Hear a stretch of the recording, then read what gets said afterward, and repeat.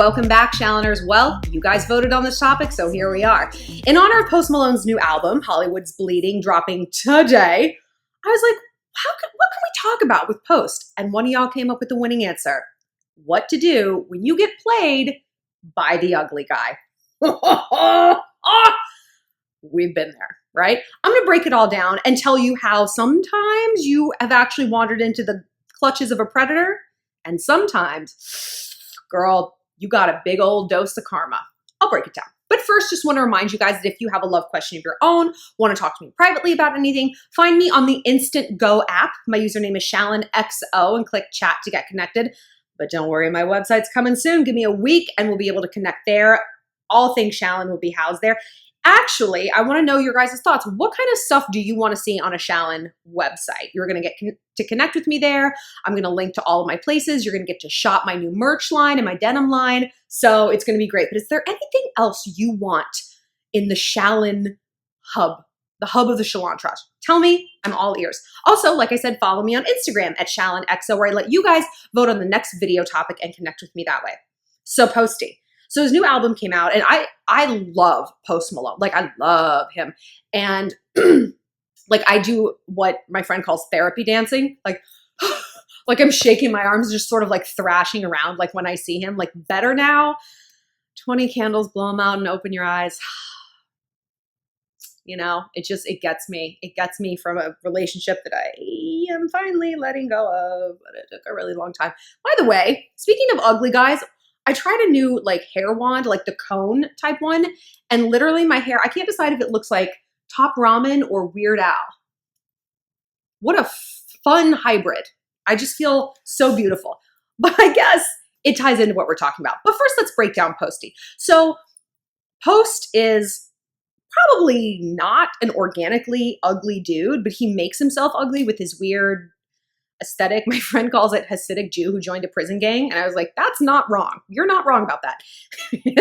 And the face tattoos. And a lot of you guys suggested video on face tattoos. Like, is that a red flag?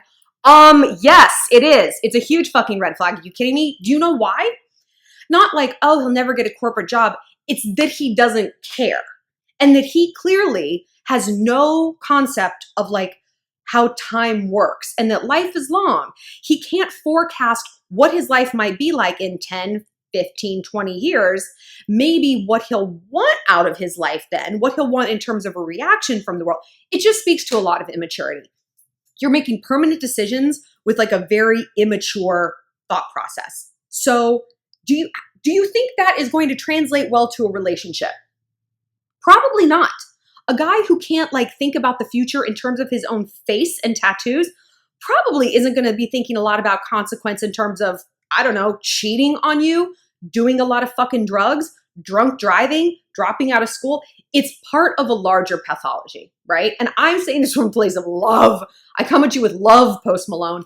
I love him. I think he's like kind of a musical genius, although I'm not loving the album. I mean, the singles he released, they're all a bop, like Circles and Goodbyes. Woo! And when I hear wow, I'm like some like slutty sleeper cell that's like activated. Like I just drop down to the floor and twerk, and I'm really good at it, by the way. I'm good at it. I was in belly dance for like 4 years in college. I know what I'm doing. Anyway, that's what we're here to talk about.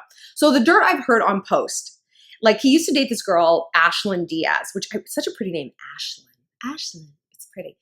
And she's just like a regular chick. And they had like an up and down relationship, which is why his first 3 albums were really good. He was like brokenhearted. This album reeks of happiness. It's all just very flat and whack. I'm whack, but he needs to get his heart broken again. And so now him and Ashlyn broke up. And I heard that he's dating this like stripper / escort. You know, it's a muddy water. That he met at like a stripper / escort party on a yacht. Like this is what girls do. Like if you see girls posing on yachts in like the Mediterranean during like Cannes Film Festival, they're hookers. I'm good. Go make your money. But like, they're not just like influencers. Like they're fucking. So he met this chick and like fell for her, and she like fell for him because hello, he's famous. It doesn't matter that he smells so bad. He made someone throw up. You can get a man in the shower. You can't get a regular broke boy in the shower and have him come out rich. Oh, right. So maybe she's got the right idea. You can clean a man up. You can't magic up a loser. So Unfortunately, there's a downside to this. I heard that this girl kind of like belonged to this like Russian gangster, and dude like put out a hit on Post Malone. She better be real good in bed, Posty. It better be worth it. It better be worth like Russian mafia like sex, okay? I hope that's not true. I hope he's in a stable, healthy relationship. He probably isn't. But again, maybe that'll yield some good songs. But let's talk about us and what happens when we get played by the ugly dude. Now, I don't think Post Malone is like a mean guy. You know, I don't think he's a bad player dude. I think he's a bit of a soft boy. But you know who is kind of unattractive and an absolute douche nightmare? Ed Sheeran. Ed Sheeran. So this is Ed Sheeran's MO. When he opened for Taylor Swift, he banged all of her friends. And her friends, like Victoria's Secret model friends.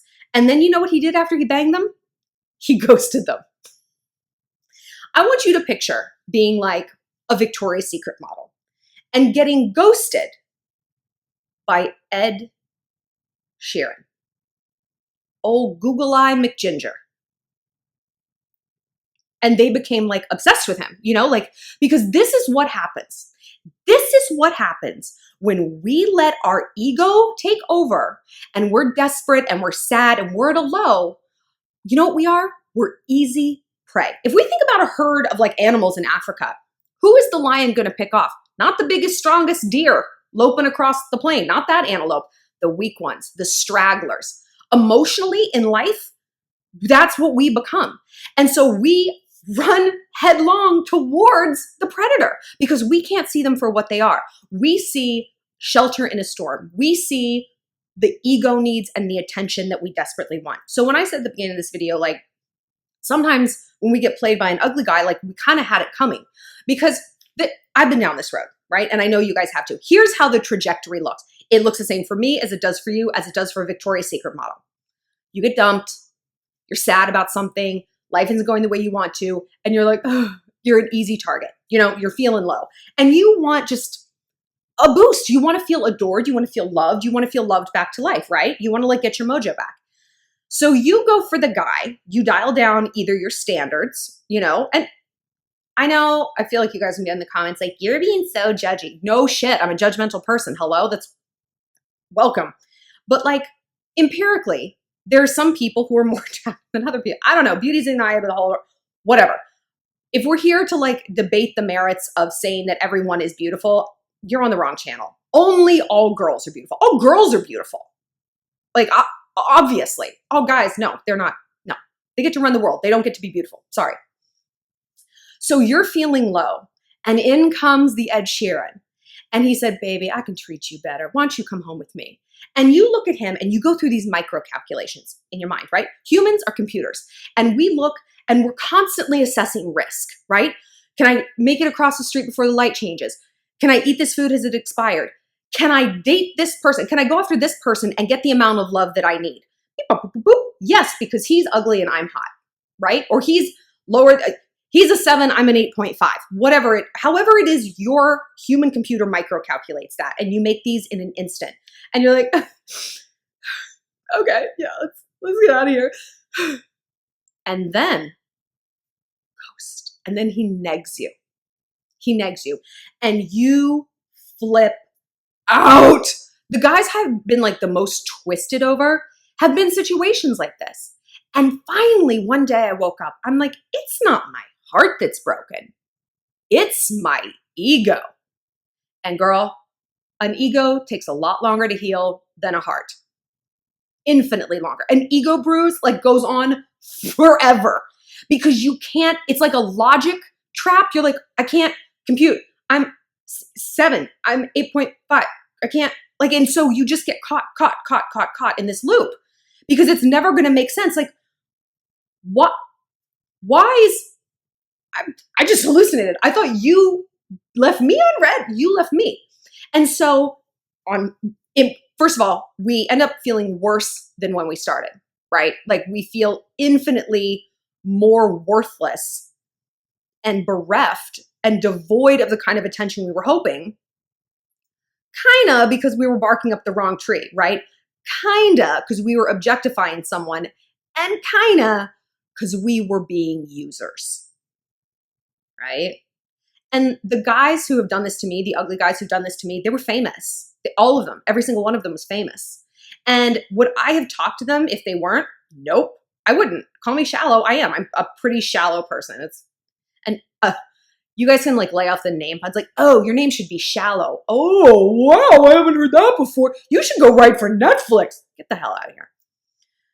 But like, why do you think ugly guys take like guitar lessons? Like to get girls. Like that's the whole point, you know? And here's what makes no sense. And what it took me a long time to get my head around. Why would an ugly guy neg us? Why? Why? Like I said, this is the whole reason, you know, they go to Harvard or they get that degree or they learn to play football or whatever it might be, you know, is to get the chicks. But here's the problem with like people who grew up unpopular or feeling like they were ugly or whatever. They have something called kill the cheerleader syndrome. That's what I call it. Where like they are so fixated on their past and how they were like mistreated and nobody liked them when they were 13. I've got news for you guys. No one likes anyone when they're 13. I have never met a human person on planet Earth that was like, you know what was great? Adolescence, puberty, middle school. I ruled. No one thinks that. Even if they did, even if they were the most popular person, no one thinks that about themselves. Like everyone, okay. So it bothers me when guys have this like wounded victim mentality about what happened to them when they were younger or currently, you know, if they feel like life has not promised them the amount of pussy that they feel like they were owed. And it's interesting because in a way, both people are coming from kind of the same point. Do you know what I mean? Opposite ends of the same spectrum. Like when I've gone for the ugly guy, famous or not, it's like, I feel like I need to be adored more. So I'm going to go for a guy who I have evaluated is not as good as me. And he needs to be my fan, right? That's kind of twisted and messed up. Like no wonder stuff like that backfires. No, who knew? And he, meanwhile, is coming from the same place. Like, I want to get this hot girl, but then I'm going to do the kill the cheerleader thing. And I'm going to neg her because I want to get revenge for all the girls I didn't get to reject in high school.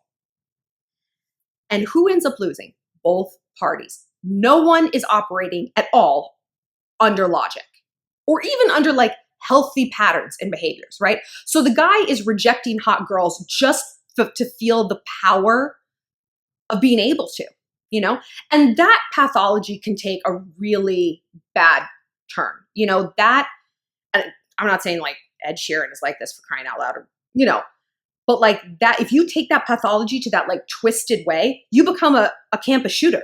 You know, these guys who like mow down people at UC Santa Barbara because they're a virgin and they think the world owes them blowjobs. That's what you become. On the girl's end, we become something different. You take that and you pervert it, the need for like that adoration, and you become a sexual predator. These are the people who are the teachers that bang a 15-year-old student, you know? So no one is right. Everyone's kind of wrong. And if you took it like really off, it becomes something very bad. So how do you get over this, right? Because just understanding why something is happening doesn't always do that much to get over it. But you gotta really, really try to stay home if you're sad. Like, because if you're dating, going out and looking for something from a place of need instead of want, you're gonna be that vulnerable antelope. You're gonna be that weak animal dragging your hind foot behind you, and predators are gonna look out and see this. Because that's the thing sometimes with the kill the cheerleader types of dudes. They like do this chronically. Like this isn't an accident. Because like I said, like logically they should be like, wow, I have a hot chick who's interested in me. I'm going to hold on to her for dear life, but they don't. And it's because they don't want to. It's like it's like the peace or victory thing that I always talk about when I talk about fighting. They don't want peace. They don't want happiness. They want victory. And it's sad. And it's creepy. So really beware, because there's certain guys who like are attuned to smelling a hot chick's desperation and they prey upon it. They come in and they swoop you up. You know who else does? Justin Bieber lesbians. I've been wheedled by so many Justin Bieber lesbians when I'm sad. They slide up and they're like, girl, I treat you better than a man could. And I'm like, I'm bisexual and I love Justin Bieber lesbians. I think they're so hot, like smoke. I still remember this. Oh my God, so hot. I'm so easy, so gay for them. Love them. But they know that. And they know, like, girls are tricky, you know, like guys are tricky. People, they can smell weaknesses. We're all just kind of predators, right? And if we're not, that means we're prey. So if you're sad and if you're like, I need to go out and get an ego boost, maybe stay home. Stay home and lean in to the sadness that you're feeling. Because like I always say, these painful incidents, they're like a splinter. They're a psychological splinter. And if you try to cover a splinter up and pretend it's not there, it's just going to burrow deeper and it's going to hurt more. You got to pull it out and you have to feel that pain, that pinch. And that pinch is going to be less pain in the long run because it's in service of healing, right? But if you're like, I'm fine, I'm going to go out. Okay, like you're walking into a trap that you have set for yourself. So stay home, let yourself heal. Don't try to find healing in the same place you were hurt, which is probably dating. You know, if a guy made you sad, another guy isn't going to be the thing that makes you happy.